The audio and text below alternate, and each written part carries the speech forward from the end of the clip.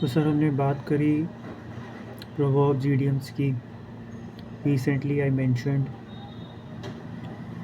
आप गूगल भी कर सकते हैं बहुत सारे, या कई बार न्यूज़पेपर में भी आते हैं। तो वही मैं कह रहा हूँ, न्यूज़पेपर की इम्पोर्टेंस बहुत ज़्यादा है।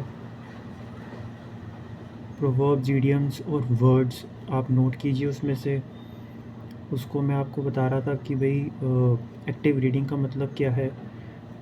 उसको एब्ज़ॉर्ब कीजिए, मीनिंग उसका समझ के च्यू करना, उसको चबा लेना मतलब। और when you do active reading is when you read newspaper, focus only on new words.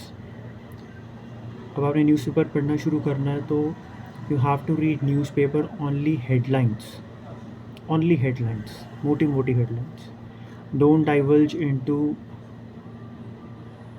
The details में नहीं जाना है, जो नीचे छोटे छोटे लिखे होते हैं कॉलम के अंदर भी, तो वो चीज़ें नहीं पढ़नी है।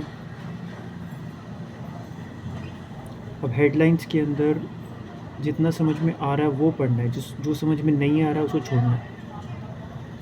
When you mark unknown new words, you have to mark unknown new words. Okay?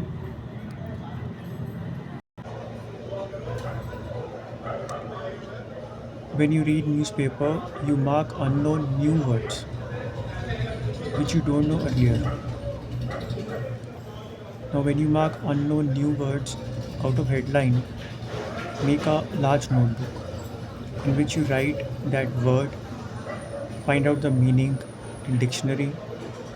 I would prefer use hard copy of newspaper, जो न्यूज़पेपर सुबह घर पे आता है, not online, and paperback dictionary like Cambridge, जो मोटी डिक्शनरी होती है। जब आप उसके अंदर वर्ड फाइंड आउट करेंगे, उसमें आपको पार्ट ऑफ स्पीच भी मिलेगा। वो वर्ड का पार्ट ऑफ स्पीच क्या है। फॉर एग्ज़ाम्पल मैंने यहाँ पे लिखा है, if the word found is बस, ये यहाँ पे बस लिखा हुआ है, स्टार्टिंग में आप देख सकते हैं। अब बस का मीनिंग वैसे सबको पता है, लेकिन फॉर एग्ज़ाम्पल कोई ऐसा वर्ड है जो आपको नहीं पता, आप डिक्शनरी में देखते हैं। नाउ डिक्शनरी में आपने वर्ड देखा, उसका पार्ट ऑफ स्पीच लिखा हुआ है। बस के आगे लिखा हुआ है N, if you can see in brackets N लिखा हुआ है।